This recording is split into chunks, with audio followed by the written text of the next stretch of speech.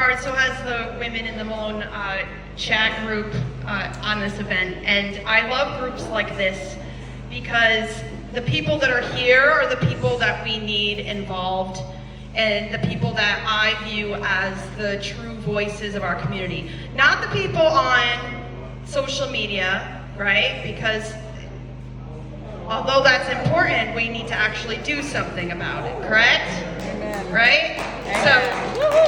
So all of you, when you go back home, because I'm sure you are also on social media, please do me a favor and jump on and explain to people what they missed, which is meeting other people, right? In live time, interacting with individuals. Because I'm going to tell you, until you start coming to these things, you have no idea how it fills your cup. We all feel like empty cups right now. At times, we're all depleted, we're angry. Let's just face it, we're pissed, okay? We were pissed before, but now we're really pissed. Amen. And it's okay to be pissed, but it's not okay to just be pissed. You've got to actually do something with that, okay? You cannot hang on to that kind of anger and just sit in it and think that that's going to help. It does not help. For the gentleman speaking in the back, there's actually something happening right now. We need to listen. It's important. I want you all to listen. The big, beautiful bill that just was passed, what do you feel about that? Ooh. Okay, all right. Do you feel like we need to give up right now because it got passed? Do you feel helpless? No. They want us to feel helpless, okay? That is the feeling they want us all to feel right now, is helpless. With that, we need to look for candidates that are in front of us, that have the grit, that can understand the anger and the fear and the anxiety, not just listen to it, but empathize with it and have some familiarity with the things that you're coming to them with about, so that they can actually feel what you're feeling, okay? You know what I'm talking about. We see candidates on the television that we go, them, that's who we want, right? We see the Bernie Sanders, the AOC. They're passionate, they speak from their heart.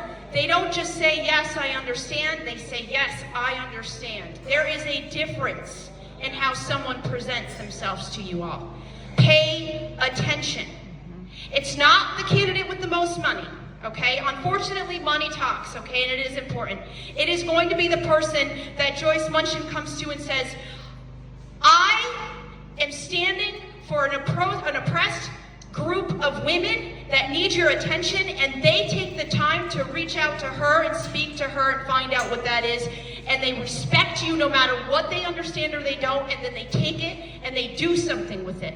Maybe they don't, but they know someone who can, okay? We need to vote for the people that understand what we're scared of.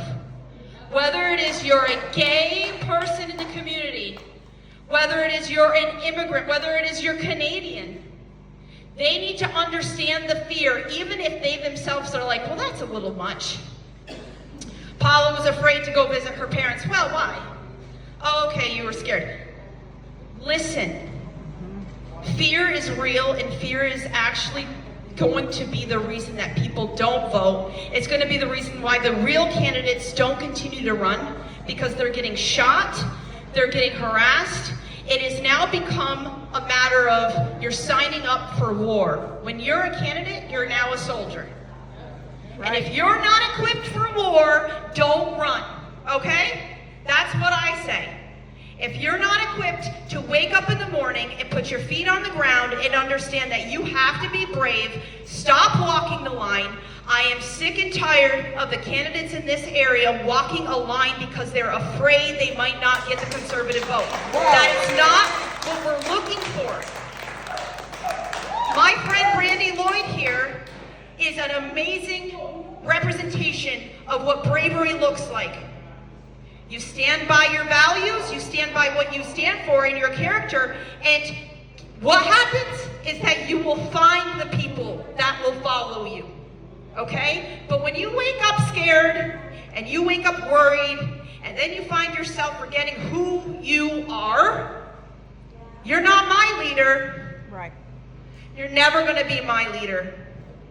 So I'm asking you today to go back with the message. We here and beyond need to stand behind the brave ones, okay? We need to put our energy into the ones that are putting energy into understanding us and answering questions specifically, not vaguely, not wishy-washy, not just smoothing it over. Who cares how it sounds? Trump got where he got because he just spoke however, okay? And to us, obviously, we don't love it. But the people that followed him is because it was refreshing. It was refreshing to those people.